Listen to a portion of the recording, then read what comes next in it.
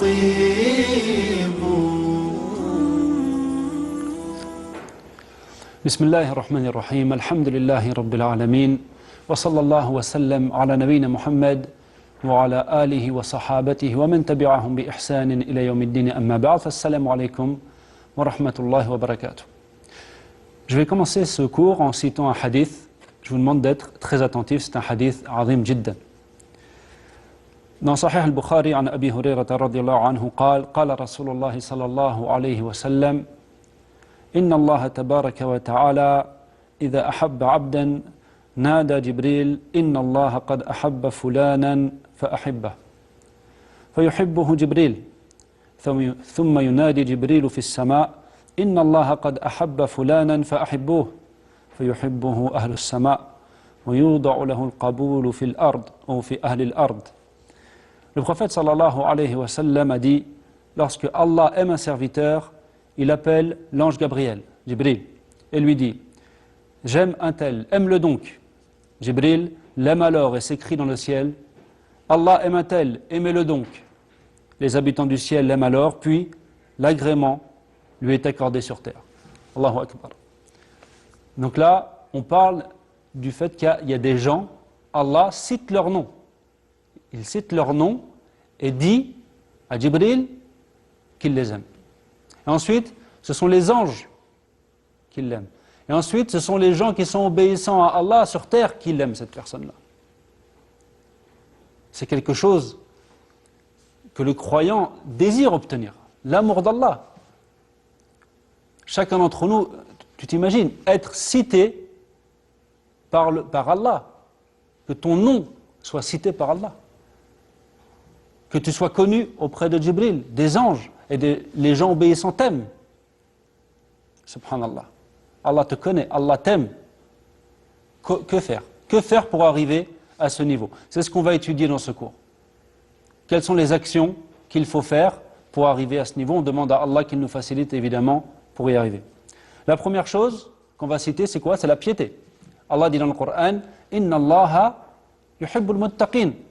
Allah aime ceux qui pratiquent la piété. Alors la piété, qu'est-ce que c'est? On l'a déjà expliqué plusieurs fois, on va répéter. C'est le fait de mettre entre toi et la colère d'Allah et sa punition une protection en faisant les obligations, en faisant ce qu'il t'a ordonné et en ne faisant pas les interdictions. Pour faire simple, c'est l'obéissance à Allah et l'obéissance au messager. Celui qui adore Allah de cette façon-là, qui pratique la piété, Allah l'aime.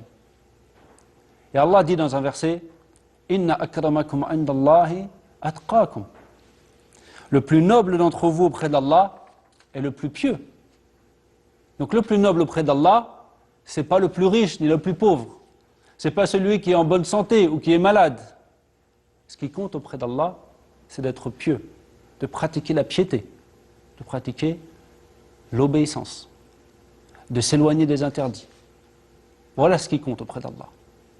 Parmi les choses également que le serviteur doit faire pour être aimé par Allah, suivre le prophète Muhammad sallallahu alayhi wa sallam.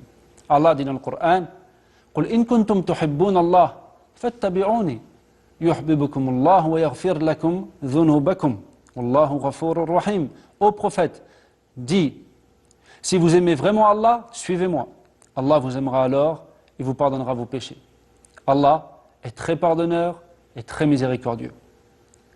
Al-Hassan al-Basri, donc c'est un célèbre tabi'i, c'est une personne qui a rencontré les compagnons du prophète Mohammed sallallahu alayhi wa sallam en étant croyant et qui est mort comme ça, a dit, des gens ont prétendu aimer Allah. Allah a alors descendu ce verset pour les mettre à l'épreuve. Il a dit, des gens ont prétendu aimer Allah. Allah a alors descendu ce verset pour les mettre à l'épreuve. Parce que quand tu prétends aimer Allah, une personne qui prétend aimer Allah, qui dit j'aime Allah, comment on sait si elle dit vrai ou si elle dit faux? Aimer Allah, ça implique forcément des choses. Ça implique notamment le fait de suivre le prophète Mohammed sallallahu alayhi wa sallam. Et suivre le prophète Mohammed sallallahu alayhi wa sallam implique également plusieurs choses. Lesquelles? Premièrement, croire au message qu'il nous a transmis. Allah dit dans le Coran, وَمَا يَنْتِقُ عَنِ الْهَوَى إِنْ هُوَ إِلَّا وَحْيٌ يُوحَى. Et il ne prononce rien sous l'effet de la passion. Ce n'est qu'une révélation qui lui est faite de la part d'Allah. C'est-à-dire que le Coran et la Sunna qu'il nous transmet ne sont qu'une révélation qui lui est faite de la part d'Allah. Quand le prophète Mohammed sallallahu alayhi wa sallam nous transmet quelque chose, nous transmet des messages, ce ne sont pas des choses qu'il sort de sa tête. Il nous transmet des choses qui lui ont été révélées. Et donc nous, ce qu'on nous demande à nous, ce qu'Allah veut de nous, c'est qu'on y croit. Donc quand on entend un verset du Coran, quand on entend un hadith authentique, on doit se soumettre.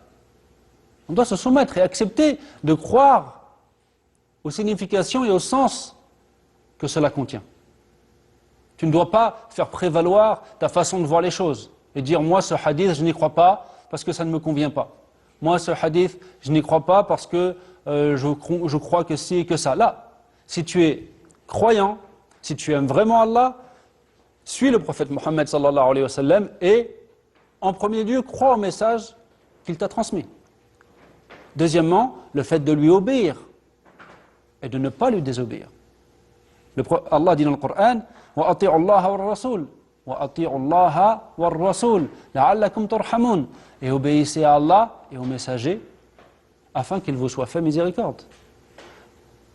Et Allah subhanahu wa ta'ala dit dans le Coran وَمَا أَتَاكُمُ الرَّسُولُ فَخُذُوهُ وَمَا نَهَاكُمْ عَنْهُ فَانْتَهُوا.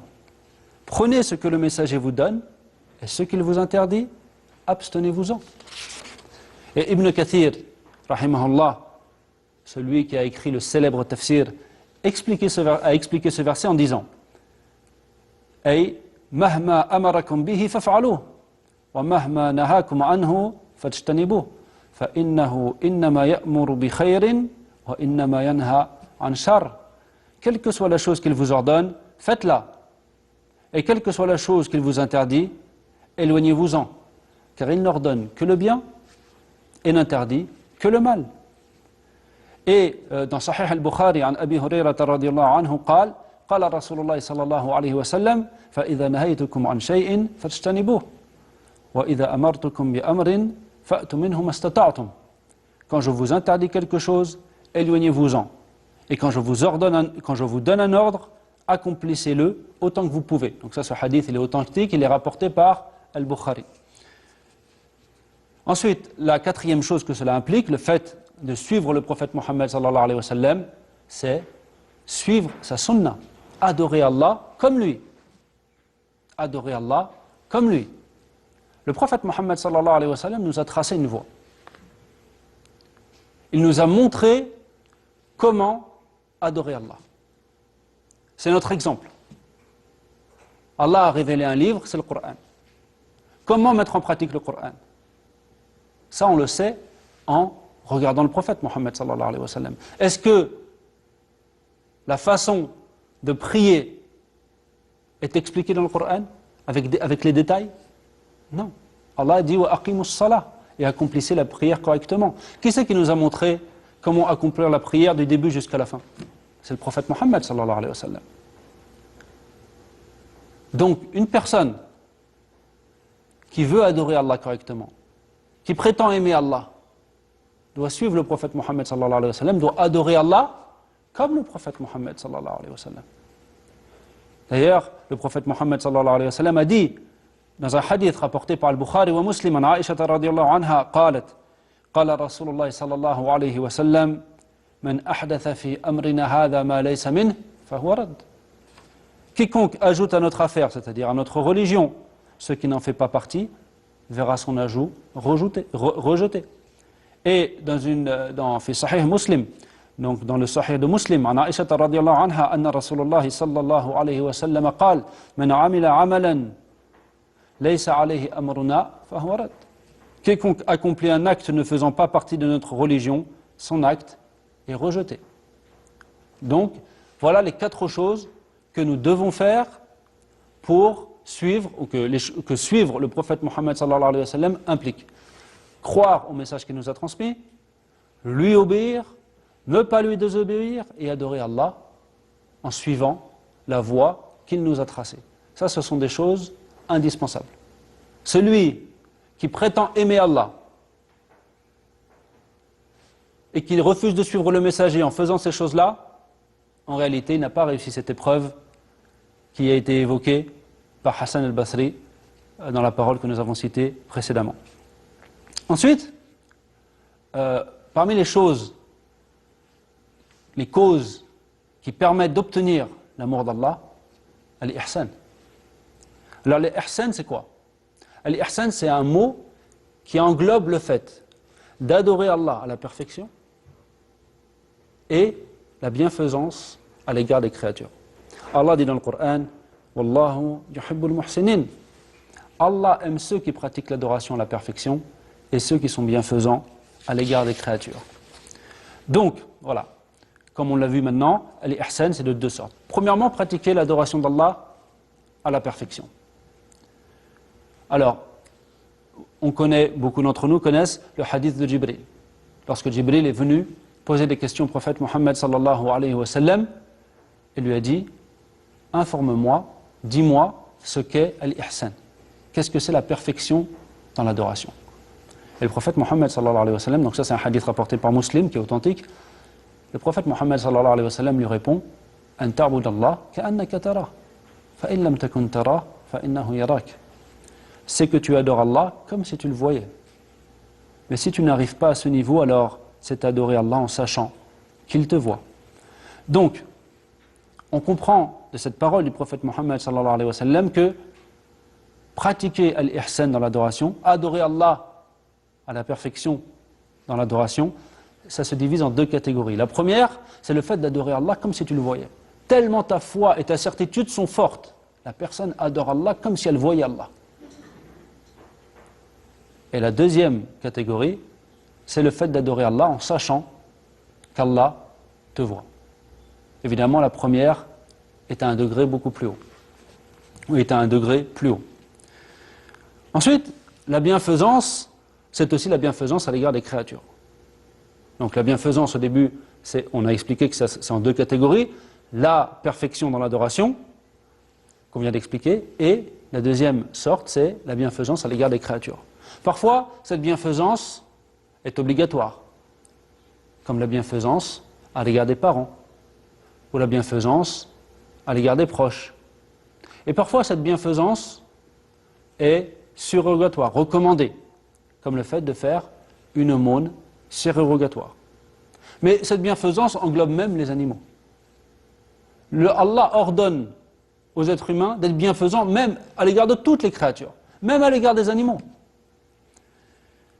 Et là, je vais citer un hadith qui a été rapporté par Al-Bukhari wa Muslim, un hadith authentique en Abi Hurayrata radiyallahu anhu, أن النبي صلى الله عليه وسلم قال بين رجل بطريق اشتد عليه العطش فوجد بئرا فنزل فيها فشرب ثم خرج فإذا كلب يلهث يأكل الثرى من العطش فقال الرجل لقد بلغ هذا الكلب من العطش مثل الذي كان بلغ مني فنزل البئر فملأ خفه ماء فسقى الكلب فشكر الله له فغفر له قالوا يا رسول الله وإن لنا في البهائم لأجرا فقال في كل ذات كبد رطبة أجر. Et donc d'après Abu Hurayrata radiyallahu anhu, le prophète Mohammed sallallahu alayhi wa sallam nous dit, pendant qu'un homme parcourait un chemin, il eut une grande soif. Il trouva un puits et y descendit pour se désaltérer. Ensuite, il remonta. Et c'est alors qu'il vit un chien haleter en léchant le sable humide à cause de sa soif intense. L'homme s'est alors dit, ce chien a une soif comparable à celle qui était la mienne. Il redescendit donc dans le puits, remplit sa chaussure d'eau, puis donna à boire au chien. Allah le remercia et lui pardonna ses péchés. Les compagnons demandèrent, ô messager d'Allah, serons-nous aussi rétribués pour les bienfaits dispensés aux animaux? Alors le prophète sallallahu alayhi wa sallam leur répondit, oui, tout bienfait dispensé à un être vivant sera récompensé. Allahu Akbar. Ceux qui pensent que l'islam est une religion barbare, qui appelle à la barbarie, devraient méditer ce hadith. Parmi les choses également à faire pour obtenir l'amour d'Allah, l'endurance. Allah dit, Wallahu yuhibbu as-sabirin. Allah aime les endurants. Et l'endurance se divise en 3 catégories. L'endurance dans l'obéissance à Allah. L'endurance face au péché. Et l'endurance face aux décrets d'Allah qui sont douloureux. Effectivement, il faut de l'endurance pour obéir à Allah, pour être persévérant dans l'obéissance à Allah, pour éviter la désobéissance. Il faut de l'endurance. Et dans Sahih Muslim, donc c'est un hadith authentique, عن أنس بن مالك رضي الله عنه قال قال رسول الله صلى الله عليه وسلم حفت الجنة بالمكاره وحفت النار بالشهوات. Le paradis a été entouré par les difficultés et l'enfer a été entouré par les plaisirs interdits. An-Nawawi, l'imam An-Nawawi rahimahullah nous dit فأما المكاره فيدخل فيها الاجتهاد في العبادات والمواظبة عليها والصبر على مشقها وكظم الغيظ والعفو والحلم والصدقة والإحسان إلى المسيء والصبر عن الشهوات ونحو ذلك وأما الشهوات التي النار محفوفة بها فالظاهر أنها الشهوات المحرمة. Quant aux difficultés, cela englobe l'effort dans l'accomplissement des actes d'adoration, la constance dans leur accomplissement, l'endurance face aux difficultés que demande leur accomplissement. Et cela englobe le fait de dominer sa rage, de savoir pardonner, l'indulgence, l'aumône, être bienfaisant à l'égard de celui qui nous a fait du tort, et l'endurance face aux plaisirs interdits et des choses de ce genre. Quant aux difficultés dont l'enfer a été entouré, il apparaît que cela, ou quant au plaisir dont l'enfer a été entouré, il apparaît que cela désigne les plaisirs interdits. Donc les plaisirs interdits tels que le fait de boire de l'alcool, la fornication, l'adultère, toutes ces choses-là. Le musulman doit faire preuve d'endurance pour accomplir, pour lutter contre son âme, quand son âme lui dit « Allez, c'est pas grave, la prière à la mosquée, laisse-la ». Quand son âme lui dit « c'est pas la peine de te lever pour faire tel ou tel acte d'adoration. » Quand son âme lui dit « pourquoi tu vas aider ce pauvre ?» Ou quand son âme lui dit « garde ton argent, ne paye pas la zakat ». Il faut de l'endurance. Et il faut aussi de l'endurance quand l'âme dit « commet tel ou tel péché ». Il faut lutter. Et il faut aussi faire preuve d'endurance face aux décrets d'Allah qui sont douloureux. Donc là, il y a un hadith qui est un petit peu long, donc je vais ne citer que la traduction. An Usayma ibn Zayd, et c'est un hadith authentique qui a été rapporté aussi par le Bukhari ou Muslim. An Usayma ibn Zayd ibn Haritha, radiyallahu anhuma, nous rapporte que la fille du prophète sallallahu alayhi wa sallam envoya quelqu'un dire à celui-ci « Mon fils est sur le point de mourir, viens nous voir ». Le prophète sallallahu alayhi wa sallam envoya quelqu'un pour lui transmettre son salut et lui dire « Certes, c'est à Allah qu'appartient ce qu'il a repris, et c'est à lui aussi qu'appartient ce qu'il a donné. Et chaque chose pour lui a un terme fixé à l'avance. Qu'elle se résigne donc et espère la récompense d'Allah. Elle envoya alors quelqu'un pour dire qu'elle jurait qu'elle viendrait. Il se leva alors accompagné de Sa'd ibn Ubadah, Mu'adh ibn Jabal, Ubay ibn Ka'b, Zayd ibn Thabit, ainsi que d'autres hommes. On lui tendit le bébé, qu'il assit sur son giron, il suffoquait. Le prophète sallallahu alayhi wa sallam se mit à pleurer. Et Sa'd lui dit « Oh messager d'Allah, qu'est-ce donc ?» Il dit « C'est une miséricorde qu'Allah a mise dans les cœurs de ses serviteurs. Et Allah ne fait miséricorde qu'à ceux de ses serviteurs qui sont miséricordieux. » Allahu Akbar. Hada al-hadith, ce hadith il est immense, ce hadith. Donc là, une des filles du prophète Mohammed sallallahu alayhi wa sallam a été confrontée à la mort d'un enfant. Et perdre un enfant, c'est une épreuve. C'est une épreuve qui demande de l'endurance pour ne pas dire des mauvaises choses, pour ne pas faire des mauvaises choses, pour ne pas avoir des mauvaises choses dans son cœur. Il faut faire preuve d'endurance. Et donc là, le prophète Mohammed sallallahu alayhi wa sallam lui ordonne de patienter, de se résigner, de patienter et d'espérer la récompense d'Allah. Donc pour résumer, il faut de l'endurance pour obéir. Il faut de l'endurance pour ne pas désobéir. Il faut de l'endurance pour faire preuve aux décrets d'Allah qui sont difficiles. Donc dans ce cours, on a étudié plusieurs causes pour obtenir l'amour d'Allah. Dans le prochain cours, Inch'Allah Ta'ala, on va étudier d'autres causes encore, parce qu'il y a évidemment beaucoup de choses à faire pour obtenir l'amour d'Allah. Aujourd'hui, on a étudié la piété, qui est le fait de mettre entre toi et la colère d'Allah et son châtiment une protection en faisant ce qu'Allah t'a ordonné et en t'éloignant des choses qu'il t'a interdites. On a étudié le fait de suivre le messager. Suivre le messager, quand une personne suit le messager, c'est-à-dire qu'elle croit au message qu'il nous a transmis, qu'elle obéit au messager, qu'elle évite les choses que le messager a interdites et qu'elle adore Allah comme lui, de la même manière que lui, dans ce cas-là, elle fait bien cette chose-là qui est suivre le messager d'Allah sallallahu alayhi wa sallam. La troisième chose qu'on a étudiée, c'était l'ihsan, c'est-à-dire le fait d'adorer Allah, ou plutôt la perfection dans l'adoration, et la bienfaisance à l'égard des créatures. La perfection dans l'adoration, qui elle-même est divisée en deux catégories. La première, le fait d'adorer Allah comme si on le voyait, tellement la foi et la certitude sont fortes.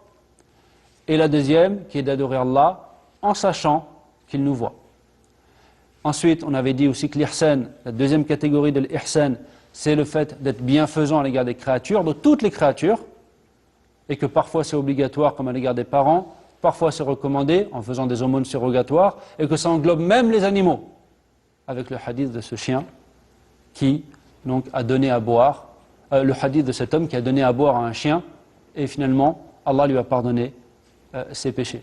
Et enfin, on a parlé de l'endurance donc qui se divise en plusieurs catégories: l'endurance face au péché, l'endurance face aux décrets d'Allah qui sont douloureux, et l'endurance donc pour rester obéissant. Demain, comme je l'ai répété, nous étudierons encore d'autres choses, Inch'Allah Ta'ala, et on demande à Allah qu'il nous facilite pour justement obtenir l'amour d'Allah.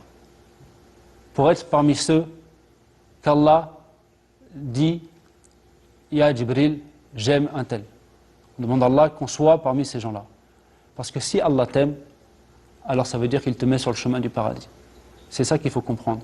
Quand on dit qu'Allah t'aime, qu'est-ce que ça t'apporte en tant que toi, en tant que personne, en tant que serviteur?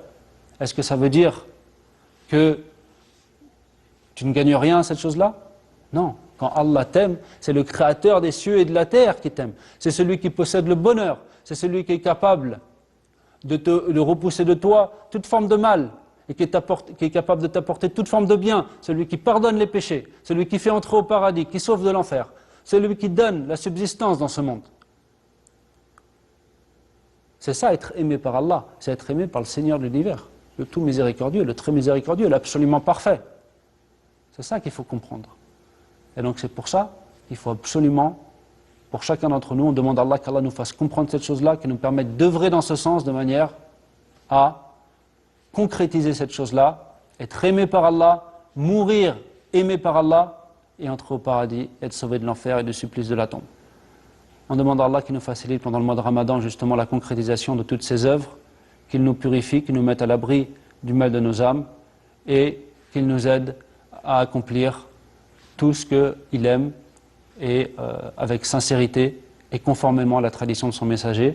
Wallahu a'lam wa sallallahu wa sallam ala nabiyina Muhammad wa assalamu alaykum wa rahmatullahi wa barakatuh.